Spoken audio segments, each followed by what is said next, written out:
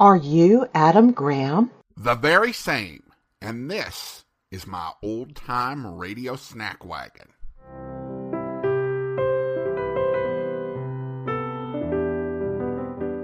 Welcome to the old-time radio snack wagon, where we serve up a bite-sized portion of old-time radio. And now, here's your snack wagon host, Adam Graham. Welcome to the old-time radio snack wagon.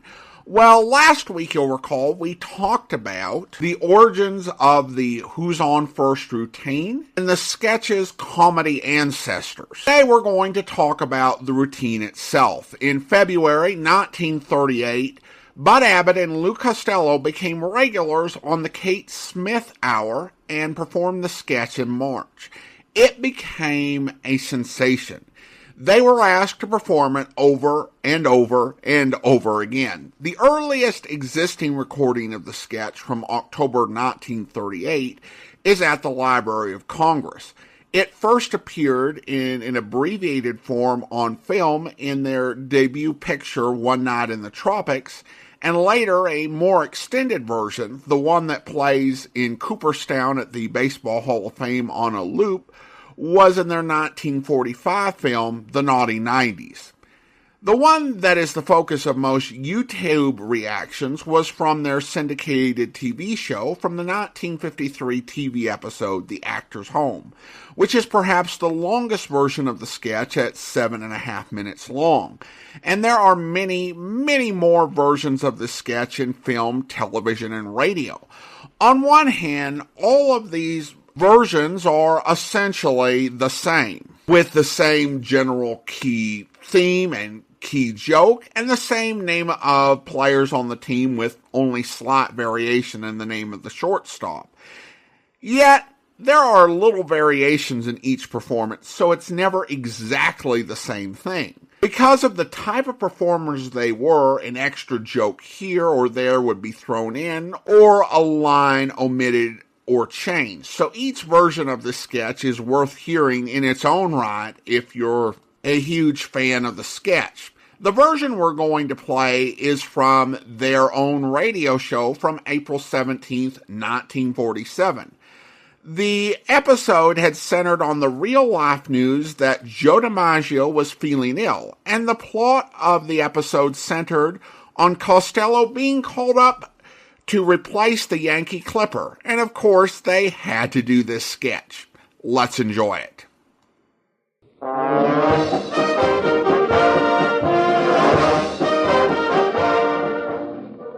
Well, Costello, I'm going to New York with you. You know, Bucky Harris, the Yanks manager, gave me a job as coach for as long as you're on the team. Look, Abbott, if you're the coach, you must know all the players. I certainly do. Well, you know, I never met the guys, so you'll have to tell me their names, and then I'll know who's playing on the team. Oh, I'll tell you their names, but you know, strange it may seem, they give these ball players nowadays very peculiar names. You mean funny names? Strange names, pet names, like Dizzy Dean and... His brother Daffy? Daffy Dean. I'm their French cousin. French? Gouffet. Gouffet Dean, oh, I see. Well, let's see, we have on the bags, we have who's on first, what's on second, I don't know who's on third. That's what I want to find out. I say, who's on first, what's on second, I don't know who's on third. Are you the manager? Yes. You're going to be the coach, too? Yes. And you know the fellow's name? Well, I should. Well, then who's on first? Yes. I mean the fellow's name. Who? The guy on first. Who? The first baseman. Who? The guy playing Who first. is on first? I'm asking you who's on first. That's the man's name. That's whose name? Yes. Well, go ahead and tell me. That's it. That's who? Yes. Look, you got a first baseman. Certainly. Who's playing first? That's right. When you pay off the first baseman every month, who gets the money? Every dollar of it. All I'm trying to find out is the fellow's name on first base. Who? The guy that gets the money. That's it. Who gets the money on He first? does, every dollar. Sometimes his wife comes down and collects it. Whose wife? Yes. What's wrong with that?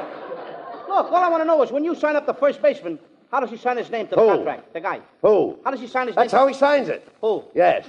All I'm trying to find out is what's the guy's name on first base? No, what is on second base? I'm not asking you who's on second. Who's on first? One base at a time. Well, don't change the players around. I'm not changing nobody. Take it easy, buddy. I'm only asking you, who's the guy on first base? That's right. Okay. All right. I mean, what's the guy's name on first base? No, what is on second? I'm not asking you who's on second. Who's on first? I don't know. Oh, he's on third. We're not talking about him. Now, let's forget about it. Now, how did I get on third base? Why, you mentioned his name. If I mention a third baseman's name, who did I say is playing third? No, who's playing first? What's on first? What's on second? I don't know. He's on third. There I go, back on third again.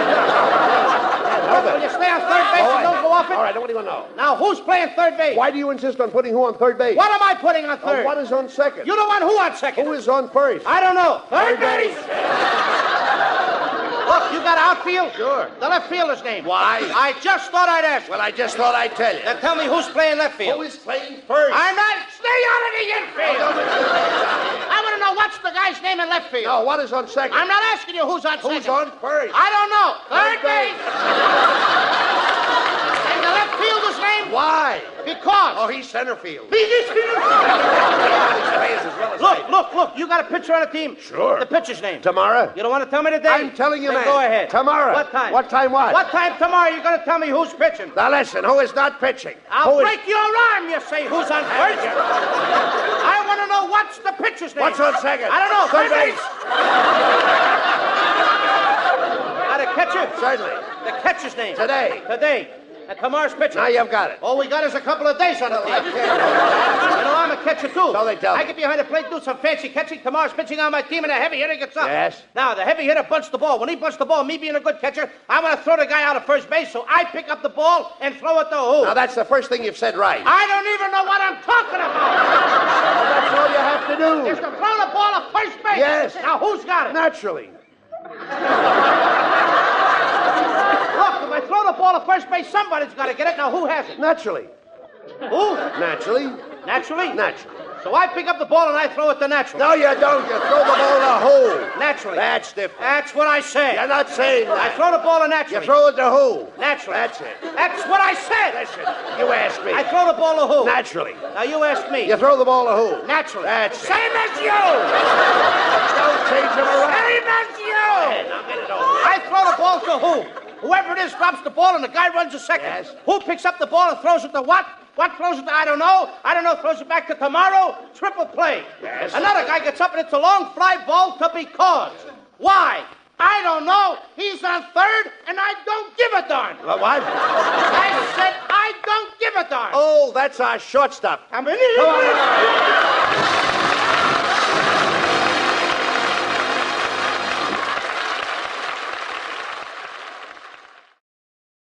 Welcome back. In 1999, more than 60 years after it was first introduced, Time magazine named it the comedy routine of the century.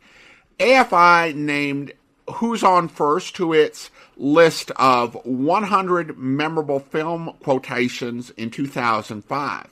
As we said in the last episode, the idea for the sketch was not original to Abbott and Costello, although the baseball twist certainly was. Who's on First, like so many of their routines, borrowed from old vaudeville standards, yet it was their dynamic performances, their timing, their ability to add fresh twists to the same routine and make it still be hilarious that makes them legendary performers who have stood the test of time.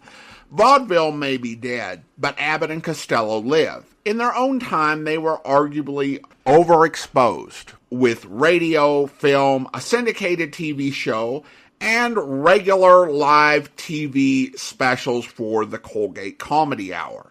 However, as a result of this, they've left behind a massive body of work for modern fans to enjoy, and enjoy it we do. Yet, we might wonder, was there a sketch, an idea they claim for their own, that brought them to fame in the first place? There was, and we'll serve it up for you in next week's episode. It's time for me to close up the old snack wagon. But don't worry, we'll be back with another serving of old-time radio goodness before you know it. If you want to enjoy some of our longer-form podcasts, you can feast away at my website at greatdetectives.net.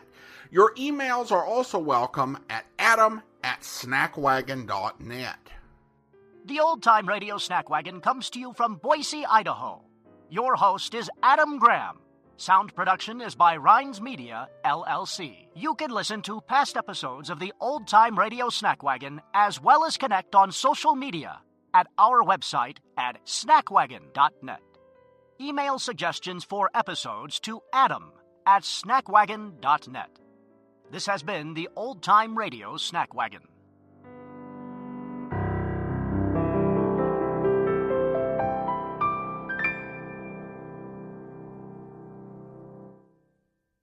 Until next time, goodbye.